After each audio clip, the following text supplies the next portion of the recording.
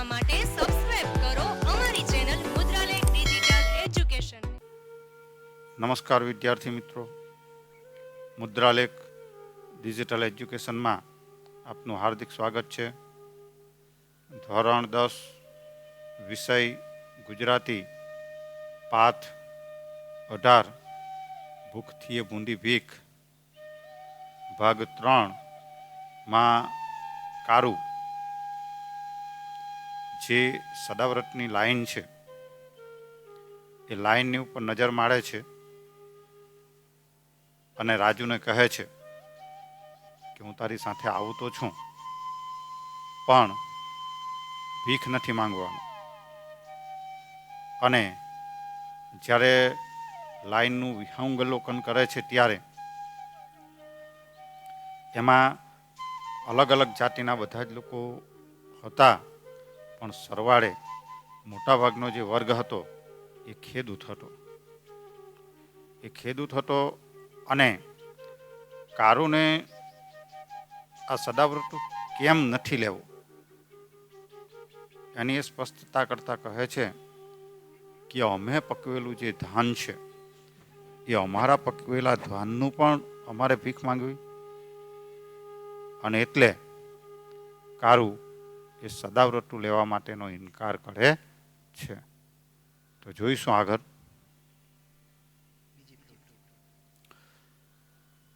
પેલા જે મંદિર છે એ મંદિરના પરિસરની અંદર જે શેઠ છે એ શેઠ આપણી આંખને આંજી નાખે એવા સરસ મજાના સફેદ કપડાં પહેરીને ગાદલા ઉપર અને તકિયાને અડીને બેઠેલા છે. તો આ તરફ ટોટાદાર તમંચા સાથે એક તરફ ખુરશી ધારી ફોજદાર બેઠા છે, તો હવાલદાર પેલી કારતૂસી બંદૂક સાથે ચારે બાજુ નજર ફેરવતો તોલાટની બાજુમાં ગોઠવાયેલો છે. કેટલાક સિપાહી લાકડીઓ સાથે ફરી રહ્યા છે.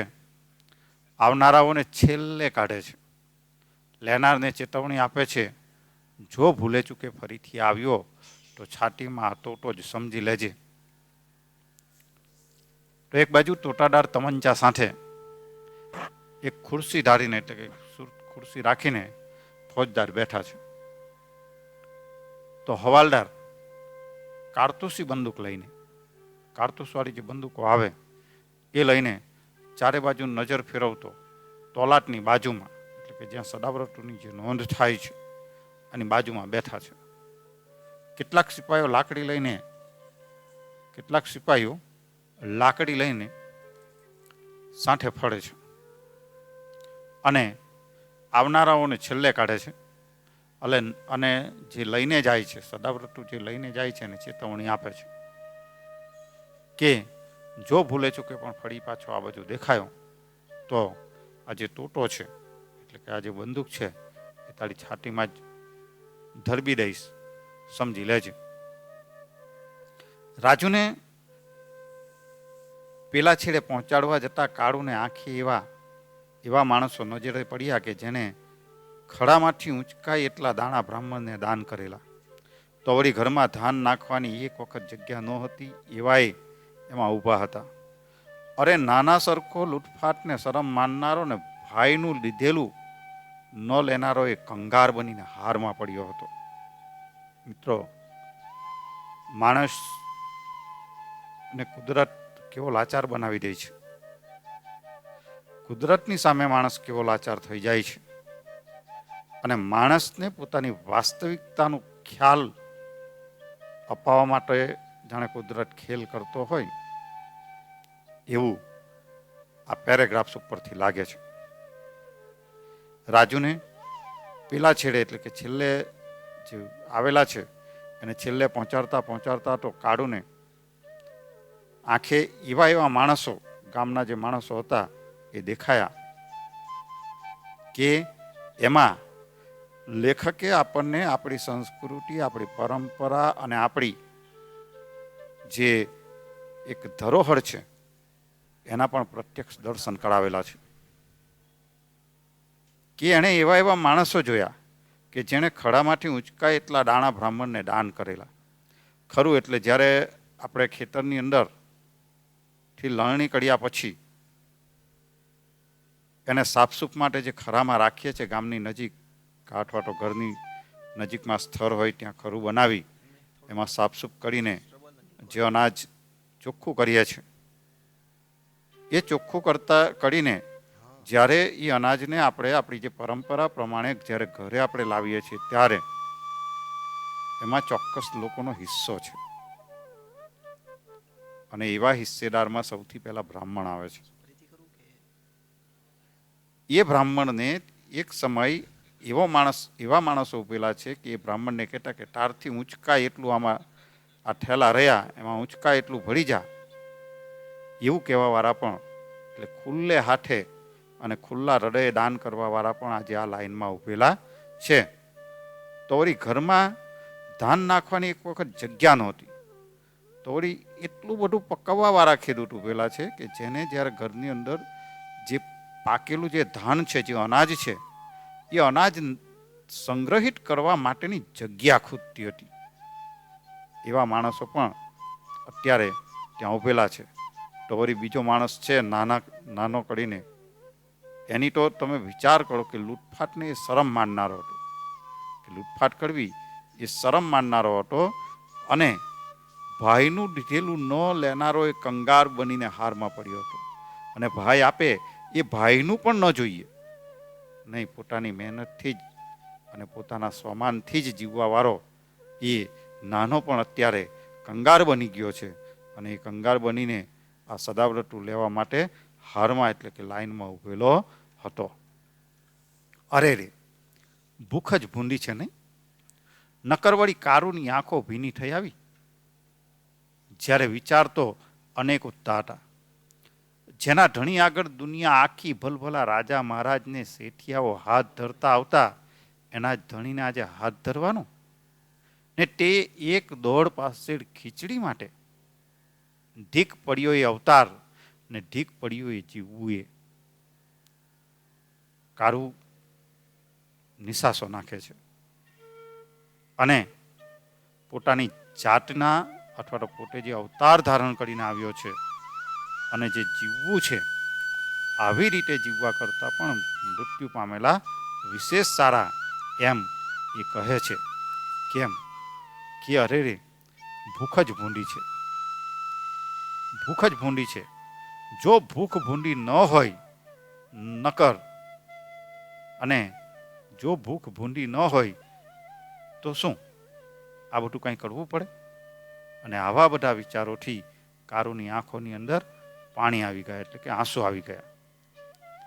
જ્યારે વિચારતો અનેક ઉઠતા હતા અને એ આંસુની સાથે એના મનની અંદર ઘણા બધા વિચારો ઉઠતા હતા. જેના ધણી આગળ દુનિયા આખી ભલભલા રાજા મહારાજાને શેઠિયાઓ હાથ ધરતા, જેના ધણી આગળ, મિત્રો, જે હોય તે આજે તમે ગમે તેટલી પ્રગતિ સાધી લો, ગમે તેટલા આધુનિક યુગની અંદર તમે ઉડતા થઈ જાઓ, પણ આપણે જે જીવીએ છીએ ને એ જગતના તાતના આધારે જીવીએ છીએ. એ જગતનો તાત આવતીકાલે એસીમાં બેસી જાય, એ જગતનો તાત આવતીકાલે ખેતર જવાનું રહેવા દે ને તો આપણે જીવવાનું કેવી મુશ્કેલીમાં આવી જાય ને એ ખાલી વિચાર કરી લો.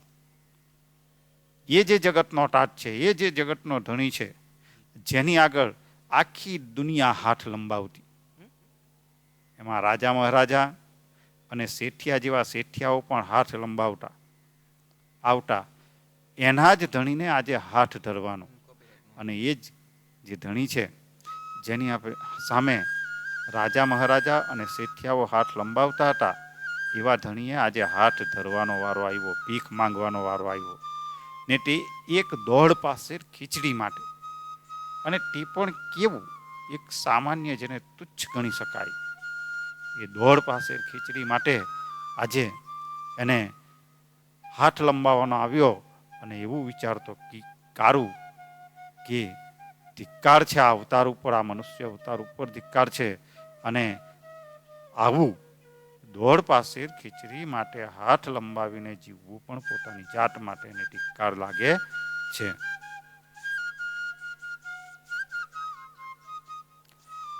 પણ આવા વિચારવાળો એક કારું જ નહોતો. બીજા કેટલાય હતા ને જે અહીં ડોકાયા ન હતા.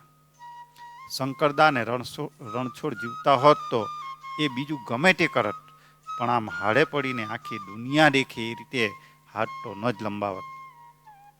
અત્યારે જે કારું વિચારી રહ્યો છે, એ કારુની વિચારધારા ધરાવનારા માણસો ફક્ત કારું એકલો નહોતો, બીજા ઘણા બધા છે ગામની અંદર. અને એ ઘણા બધાઓમાં એ લોકો અત્યારે જોવાયા નથી. આ હારની ઉપર જેણે નજર ફેરવી એમાં એ લોકો દેખાયા નથી. શંકરદા ને રણછોડ જે કારુની બરોબરી વાળા, એટલે કે એક સરખી ઉંમરવાળા, જો એ લોકો અત્યારે હયાત હોત, એ લોકો મૃત્યુ પામ્યા છે, પણ જો એ લોકો અત્યારે હયાત હોત તો એ લોકો ગમે તે કરતે, પોતે પોતાની જાતને નષ્ટ કરી નાખતી, એટલે કે મારી નાખતી. પણ દુનિયા જેવી રીતે જોઈ એવી રીતે એ લાઈનમાં ઉભા રહીને હાથ તો લંબાવતે જ નહીં. કારુ, રાજુ તથા પેલા બે છોકરાને લાઈનમાં ઉભા રાખ્યા ન રાખ્યા ને તરત જ કારુ પાછો વળી ગયો. સિપાઈએ ટોક્યો, એ થુથિયા, ક્યાં જાય છે એમ? કારુ, રાજુ અને એની સાથે રહેલા જે બે છોકરાઓ છે, એ છોકરાને એટલે કે રાજુ અને બે છોકરાઓને લાઈનમાં ઊભા રાખ્યા અને ત્યાંથી પાછો ફરીને એ પાછો પોતાના ઘર તરફ વળે છે. કારણ કે રાજુને કહીને જ આવેલો કે હું ત્યાં લાઈનમાં ઊભો રહેવાનો નથી. અને એ પોતાના મનના ચાલતા વિચારોને કારણે એ જ્યારે પાછો વળે છે ત્યારે સિપાઈ એને ટોકે છે, અને એ પણ તુકારાથી. એ ઠૂઠિયો એટલે જેના હાથના આંગળા ન હોય કે અથવા તો હાથ ન હોય એને ઠૂઠિયો કહેવાય. પણ પોલીસ છે ભાઈ, અને તે સમયની પોલીસ છે, ગમે તે રીતે અપમાન કરવા માટે ગમે તેવા શબ્દ બોલે. અને એણે કહ્યું કે એ ઠૂઠિયા ક્યાં જાય છે એમ? ક્યાં તે મારા મુકામ પર. કારુએ પાછળ જોયા વગર જ કહ્યું, પગ તો ચાલુ જ હતા. કારુએ કહ્યું કે હું મારા મુકામ ઉપર એટલે કે જ્યાં રોકાયેલો છું ત્યાં મારા ઘરે જાઉં છું. અને પાછળ જોયા વગર જ કયો પોલીસ એને ટોક્યો છે, કોણ છે, એ બધાનો વિચાર કર્યા વગર એના પગ જે દિશામાં એને જવાનું છે તે દિશામાં આગળ વધે જ જાય છે. અને એ બોલ્યો, અરે ઉભો રે, એ જરાક સુનતા નહીં હે? ફરી પાછો પેલા પોલીસે જાણે અપમાનિત શબ્દો કહ્યા. જરાક એટલે જંગલી પ્રાણી છે, જે એક દિશામાં જાય એ દિશામાં જય જ રાખે. કે એ જરાક સુનતા નહીં હે, સાંભળતો નથી? કારુ ઊભો રહી ગયો. કહ્યું, પણ મારે નથી ખાવું ધર્માદુ. પછી કારુ ઊભો રહી ગયો અને પછી એણે કહ્યું પેલા સિપાહીને કે મારે આ તારું ધર્માદુ નથી ખાવું. પછી ઊભા રહેવાનું શું આવે? કેમ નથી ખાવું? આ બધા લે છે ને તું કેમ ન લે? મોટો લાટ થઈ ગયો એમ. પેલો પોલીસવાળો જે સિપાહી છે એ સામો પ્રશ્ન કરે છે કે કેમ નથી ખાવું તારે? આ બધા લે છે અને તારે કેમ ન જોઈએ? મોટો લાટ સાહેબ થઈ ગયો હોય તેમ. કારુને તો આ જબરજસ્તી નવાઈ નહીં લાગી ને એ ટંગ બન્યો. લાત હોત તો લેટ, પણ કણબી છે હું એટલે નહીં લઉં. તું તૂટી જઈશ ને તોય નહીં લઉં. ચાંપી દેવો હોય તો ચાંપી દે તોટો. આ ઊભો. કારુને તો આ જબરજસ્તી લાગી. જે પેલો સિપાહી એને રોકતો હતો અને ન લે, મોટો લાટ સાહેબ થઈ ગયો હોય એમ જે અપમાન કરતો હતો એને વધારે પડતું લાગ્યું. અને એ પણ તંગ બન્યો એટલે કે ગુસ્સામાં આવી ગયો. અને એને પેલા સિપાહીને સંભળાવી દીધું કે લાટ હોત ને તો લઈ લેત, લાટ સાહેબ હોત ને તો લઈ લેત, પણ કણબી છું, હું પકાવનાર છું, આ અનાજ પકવીને લોકોને આપનાર છું, એટલે નહીં લઉં. તું તૂટી જઈશ ને તોય નહીં લઉં, તું મને મારીને તોડી નાખશે ને તો પણ નહીં લઉં. કારણ કે જે લોકોને આપતો હતો એ આજે લાઈનમાં ઊભો રહીને લેવા માંગતો નથી. ચાંપી દેવો હોય તો ચાંપી દે ટોટો, આ ઊભો. અને સામે પેલા સિપાહીને પડકાર ફેંક્યો હોય તેમ કહે છે કે આ ઊભો રહ્યો છું, તારે જો તારી બંદૂકનો ટોટો ચાંપી દેવો હોય તો ચાંપી દે, મારી નાખવો હોય તો મારી નાખ, આ તારી સામે ઊભો છે. મિત્રો, જે સ્વમાની છે, આત્માભિમાની છે, પોતાને પોતાની જાત ઉપર ગર્વ છે, એ વ્યક્તિ જ આટલા જુસ્સાથી આવી પરિસ્થિતિમાં બોલી શકતો હોય છે. અને એ જુસ્સો ખેડૂતનો છે. પણ આજની પરિસ્થિતિમાં આપણા જે રાજનેતાઓ છે અને જે બની બેઠેલા જે લોકો છે, આપણું જે મીડિયા છે, એ બધા જ આ લોકોના જુસ્સાને દાબી દેવાનો ઘણીવાર પ્રયત્ન કરે છે. નહીં તો ખેડૂતમાં કેટલો જુસ્સો હોય અને કેવી પરિસ્થિતિમાં પણ ખેડૂત કેવો જુસ્સો જાળવી શકતો હોય છે, એનું બેનમૂન ઉદાહરણ પન્નાલાલ પટેલે 56 કાળના દુષ્કાળમાં આપેલું છે. તો આજની પરિસ્થિતિમાં તો એનો જુસ્સો કેવો હોઈ શકે. માનવીની એ આખી કતાર દોક ફેરવી રહી, કારુ સામે ધરતીના જાયા સામે તાકી રહી. ખુદ પેલા ફોજદાર અને સુંદરજી શેઠે ઊંચી ડોક કરીને માનવીની આખી કતાર, એટલે કે જે લાઈન સદાવ્રતું લેવા માટે જે ઉભેલી હતી, એ સદાવ્રતું લેવાવાળી લાઈન જે આગળની તરફ જોતી હતી અને કારુ અને પેલો સિપાઈ પાછળની તરફ હતો, એને ડોક ફેરવીને જોઈ રહી. કારુ એ કારુની સામે જોઈ રહી, ધરતીનો જાયો જે ધરતીનો પુત્ર છે એને જોઈ રહી.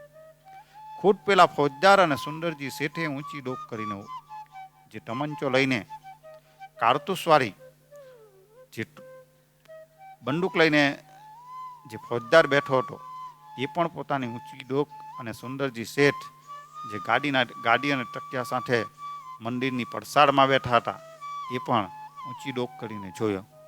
ને સિપાહી કંઈ ગડદાપાટું કરે તે પહેલા તો એમણે એક મહાજનને મોકલી કારુને પોતાની પાસે બોલાવ્યો અને પૂછ્યું, કેમ ભાઈ પટેલ, તું આ પેટ્યું નથી લેતો? સિપાહી કંઈ પણ પેલા માણસને પોતાની સત્તાની રૂએ ગડદાપાટું એટલે કે મારે એવું કંઈક કરે, એનું અપમાન, વધારે અપમાન કરે, એ પહેલા સુંદરજી શેઠે એક મહાજનને મોકલીને કારુને પોતાની પાસે બોલાવ્યો અને પૂછ્યું, કેમ ભાઈ પટેલ? એકદમ નરમાસ્થી પૂછે છે. જે આપવાવાળા છે એ નમ્ર ભાવે જ હોય છે, એ ક્યારેય પોતાની જાતને ઉચ્ચ માનતા નથી, અભિમાની માનતા નથી. એનું ઉદાહરણ પણ લેખકે આપણને બહુ સરસ આપેલું છે. અને સુંદરજી શેઠ જેની પાસેથી એક સરસ મજાની એમ નમ્રતા કેવી હોઈ શકે એનું ઉદાહરણ આપણે આગળ જોઈશું. તું આ પેટ્યું નથી લેતો? અને કહે છે કે તું કેમ આ પેટ્યું નથી લેતો? આ સદાવ્રતું જે એક તને ખાવાનું મળે છે એ તું કેમ નથી લેતો? કારું શું જવાબ આપે? ને આપે તો એ એના મનથી તો ખાતરી હતી કે આ લોકો એના જવાબને, કણબીના દિલને નહીં સમજી શકે. સામે પડેલો આ ધાનનો ઢગલો અમારો એમ કહી તો ઉલટો તો ચાંપી દેશે ને વળશે કાંઈ નહીં. અરે વળે શું નહીં, જો આ બધા ધાનના ધણીઓ હાથ ધરવાને બદલે ઉગામે તો આ બંદૂક વાળાએ નાસવા માંડે ઊભી પૂછડીએ. કારું શું જવાબ આપે? એની પાસે જવાબ આપવા માટે કોઈ વિકલ્પ બચ્યો હતો નહીં.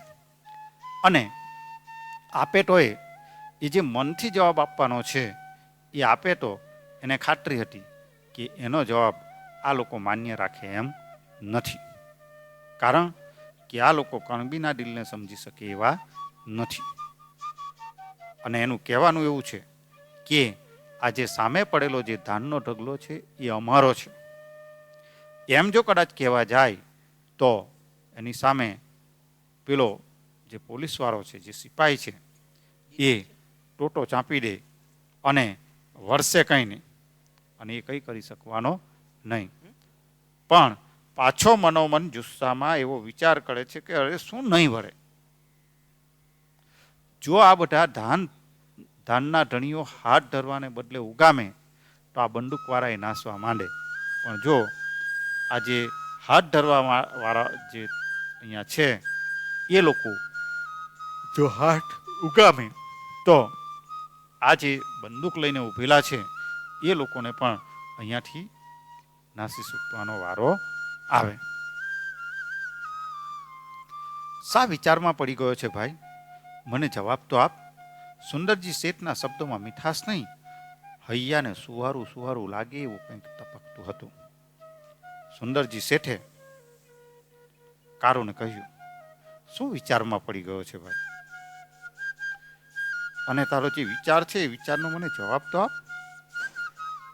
જ્યારે સુંદરજી શેઠ બોલ્યા ત્યારે એ જે સુંદરજી શેઠના જે શબ્દો હતા એ શબ્દોની અંદર મીઠાશ નહીં પણ મીઠાશની સાથે સાથે એવી લાગણી હતી.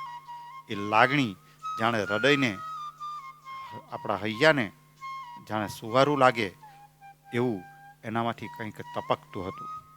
પોતાના વ્યક્તિને બહુ સ્નેહથી કોઈ કહેતું હોય એવું કારુને લાગતું હતું. ને તેથી જ તો કારુની પેલી આગ ભરી આંખમાંથી તપ તપ કરતા આંસુ જ ખળી પડ્યા. શું કહું શેઠ, છાતી સામે અમારા જ કમાયેલા ધાનના ઢગલા જોઈને અમારા કાળજા શું કહેતા હતા. અને તેથી જ કારુની પેલી આગ ભરી એટલે કે ગુસ્સા ભરી જે લાલચોળ થઈ ગયેલી જે આંખો છે એ આંખોમાંથી આંસુ ટપકવા લાગ્યા. અને એ આંસુ ટપકતા હતા ત્યારે પોતાના કહી શકાય એવા જે સુંદરજી શેઠ છે એની સામે એણે પોતાનું હૃદય ખુલ્લું કરી મૂક્યું. અને એ હૃદય ખુલ્લું કરતા કહે છે કે શું કહું શેઠ, છાતી સામે એટલે કે અમારી આંખોની સામે અમારા જ કમાયેલા ધાનના ઢગલા જોઈને અમારા કાળજા શું કહેતા હશે કે અમારી આંખની સામે અમે જ જે મહેનત કરીને જે અનાજ પકવેલું છે અને એ જ અમારું પકવેલું અનાજ અમારી સામે પડેલું હોય અને એ અનાજ માટે અમારે બે હાથ લંબાવવા પડે એવી પરિસ્થિતિ જોઈને અમારું હૃદય, અમારું કાળજું શું કહેતું હશે એ તો શેઠ અમે જ જાણીએ. મિત્રો, તમે જેના માધ્યમથી એજ્યુકેશન મેળવી રહ્યા છો એવી અમારી ચેનલ મુદ્રાલેખ ડિજિટલ એજ્યુકેશનને સબસ્ક્રાઇબ કરો, લાઇક કરો અને વધુને વધુ શેર કરો. આ ઉપરાંત અમારા ડિજિટલ એજ્યુકેશનના માધ્યમોનો પરિચય કરાવું તો પ્લે સ્ટોરમાં 11/12 કોમર્સ ગુરુ નામે એપ્લિકેશન છે. આ ઉપરાંત FB અને ઇન્સ્ટામાં પણ મુદ્રાલેખ ડિજિટલ એજ્યુકેશન નામે પેજ ચાલે છે. Thank you, come again, best of luck.